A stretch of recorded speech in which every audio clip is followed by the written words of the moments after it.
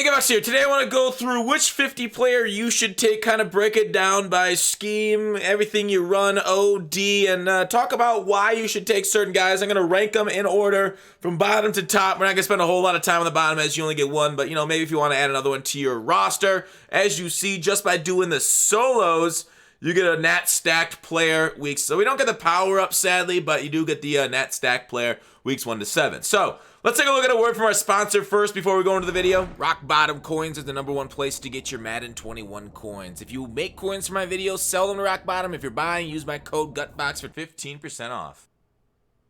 All right, let's get right to it here on the notepad. All right, best 50 player to take.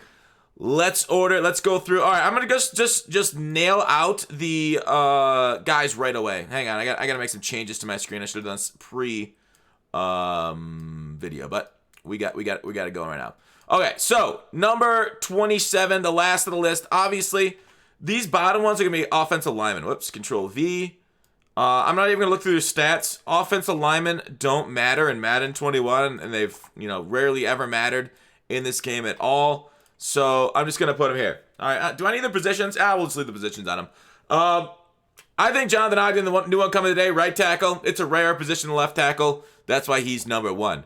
And then on the same line, I also don't think Albert Hainsworth is a very big deal at defensive tackle. I've used him. I've used every single one of these cards except for the guys that have yet to come out and that are coming out today. But I can kind of judge how they are based on their stats. It's pretty poor, right? So, like, with these positions, you're not going to see a whole lot of difference on the field with them. They're not going to be, like, game-changing at all. So it's worth avoiding to spend your one free pick on them, as there are way more impactful players. Derek Brooks is also slow as an outside linebacker. And let's just talk about the next two also at the same time. I'll actually go look at their stats at linebacker. I just do not like linebackers on the field this year. If you're going to put a linebacker on the field, it's going to be a Mutt Master. And even then, he's good, right? He's fast. He can't jump, but these other guys, right? They're just not that good. Between Patrick Willis and his, oh, god dang it. Patrick Willis and his 89 speed is fast, right? Same with Shaz. They're about the same speed, if not the exact same. Dude, what is going on? Dude, I don't know what's going on. We'll just stand on page 1. Patrick Willis, it's cool, right? Great stats. In any other Madden year, even last year when safeties at linebacker couldn't jump, this would have been a great card. But because it's so unbalanced in favor of safeties, he's just not, and it's something you got to pass on. It's not worth using. Though I have no fucking clue what's going on right now with my desktop right here. This is seriously terrible. Okay, but at least it's working a little bit. Let me click on the button, go back. Can I move it yet? No. There we go. I think I fixed it, maybe. Okay, so my computer's freaking out on me. I apologize, guys. There's probably more than, there's at least like 2 of you watching. All right, so there we are, up to 20. Shaz and Willis, maybe I should move around. Actually, this is probably backwards. I should probably put Shaz here, and I think Willis is slightly better than Shaz, so there you go. You're like, what if I run a theme team? If you're on a theme team and you're only going to pick a guy for your theme team, cool. That's the video's not pointed at you. So just want to let you know on that justification. So, number 19, where are we at? Number 19, we're going to start broaching into the skill positions. The guys that are catch the ball. Jimmy Graham here. Why is Jimmy Graham so low on the list? Because Jimmy Graham is 84 speed, and you're going to see that number again. 6'7" is really nice, but height isn't a huge deal this year. Obviously, on high point passes, it'll help a little bit, I believe, as I tested that out with Carmichael. But 84 speed at tight end, it's nothing game-changing, right? There's nothing amazing here. Medium route running, you will have to boost that up to 90 through play fake, so he can get there, though. That's nice, but I don't know. Not a huge fan of that at all. And Jimmy Graham, he just doesn't have the power level of previous years' Jimmy Grahams. All right, what are we at? 18, Reggie White. Why is Reggie White ahead of a pass catcher? Well, I mean, it's not terrible, right?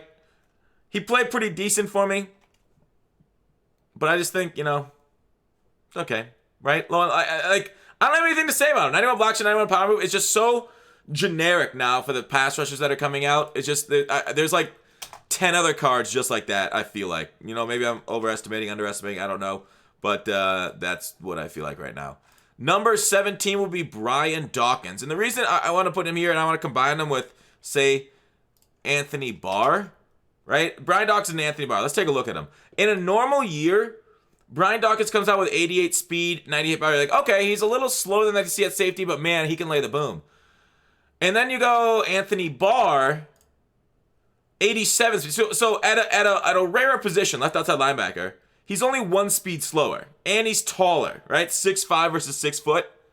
We don't see his hit power here, but I'm guessing it's pretty cromulent, zone coverage, whatever, man coverage, whatever. But like in a normal year, this would be great. It would be great, a 6'5" guy running around with that. But the fact that Dawkins and him get to the same height on a jump, on a ball probably, that's thrown, equalizes them a little bit. But I just feel like there are better free safeties out there to grab. That's why I rank Dawkins so low, right? It's all about replacement value of who else is out there. And obviously if you're running like, Denver, Philly, you're like, I need Dawkins for a secondary. That's cool, man. That's very cool. He's more worth it to you. All right. Number 15 will be Antonio Gates. Now, I was talking about 84 speed tight ends. I didn't click on the right one. I was just talking about 84 speed tight ends, and here's another one. A little bit better stats. They kind of disrespect him. The first 93 overall batch to drop, and they kept him at 84 speed. It's sad, but like he doesn't really do anything else to really make up for the lack of speed, and that's why he has to be rated so low. And so I just think you guys should all pass on him overall. Next up, number 14, Vincent Jackson. I put Vincent here because I feel like he should be here. He's on the second page. He's only 91 overall. Kind of low. 89 speed at 6'5". So another height, speed combo. 89 speed isn't anything to stand out right now. I definitely suggest like passing on this card. He's not bad. But again, if you're this low on the list, it's definitely not guys that I recommend picking up. Right? Not even for your team normally unless you're on a theme team. Right. Next up at tight end. Why is this guy the highest ranked tight end? Raw speed, right? Vernon Davis, raw speed is what he got. But this guy would be like maybe top 5 if one stat changed, right? If his medium route running was like 87, I think that he would be probably top 5, right? Because that kind of speed at that position is pretty rare. I think Waller's the only one that kind of is near that. So like the difference is his crossing routes won't get separation and man coverage against a lot of the CBs that you'll see cover him because the medium route running is down at 90. So that's why I kind of boosted him down. That one very important route because of the man meta. It is a critical route. You either got to run posts or crossers or corners with tight ends to beat a lot of the man meta. And without that 90 medium route running, basically crosses are taken off the table. So it limps your offense. And if you get around that limp, right? If you can walk with the limp and be fine, I think that's cool, right? Javon Curse, I put him here just because of his speed, right? I don't like him, right? I don't like Curse, but I like speed on my field at positions that people don't expect it, right? 87 speed from the left end. Dude, I can literally man my defensive tackle up when I can put him there. I can put Javon Curse in like a nickel package or even any 3-4 package anywhere. At defensive tackle, I can man him up on the tight end, and he can cover him. He can run stride for stride with almost every single tight end in the game. Even like the fastest one, 88, it's only one less, right? So like the versatility this guy provides your defense is kind of nice, right? He doesn't have good stats on the finesse or block shed or power move. There isn't anything phenomenal there, but man, raw speed is kind of hard to avoid, right? I don't mind it at all. I don't mind it at all. All right, after Curse.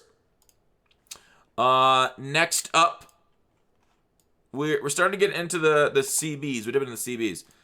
I'm going to go Nnamdi here. You're like, Nnamdi? Wow, Nnamdi? This kind of low at number 11? I'm like, yeah, I mean, Nnamdi's cool and all, but they gave him kind of early, and his speed at 89 isn't quite the top end of it, the spectrum anymore. So, like, even though it goes good man coverage press, he's just going to get beat by raw speed by a lot of receivers that are possessing like 95, 96, like the DK Metcalf, 97 on a Seahawks theme team. Speed. So Nnamdi had to sadly move down because he's just slightly too slow for the top end. And when you get one of these cards, you want literally the top end of the spectrum. Cromartie, a similar thing. He's not as bad. He's 91 speed. I think if you choose Cromartie, you're not going to be sad at all, especially for the theme team. This guy's going to be top end, literally. Like every single one of these cards is just about the best of their position. This one is similar, very close to it. There's another corner that take over it here in the 50, but I think he's right freaking there. Especially with the theme team boost, he basically gets there and over it. So that one's very, very close to it. All right, these next two are going to be the same position. The reason why I have them above Cromartie and Bush. I mean, like the Chargers team got a lot of love.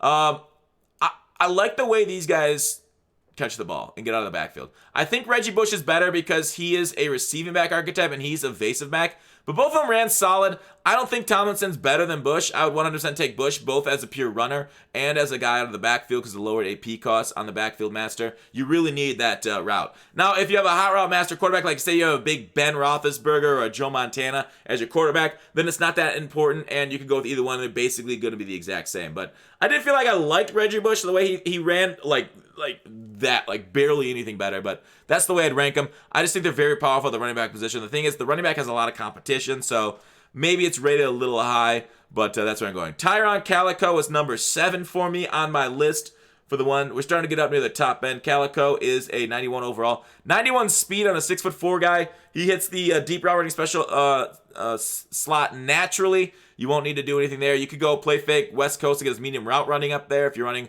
a whole lot of crosses with him. But generally, he's going to be on the outside of your offense, and you're going to be running deep post, Z routes, and then, other stuff too with him. And he can do really well. Calico was, and I don't think he still is, because I recently switched over receivers, but one of the most consistent, best receivers in the game.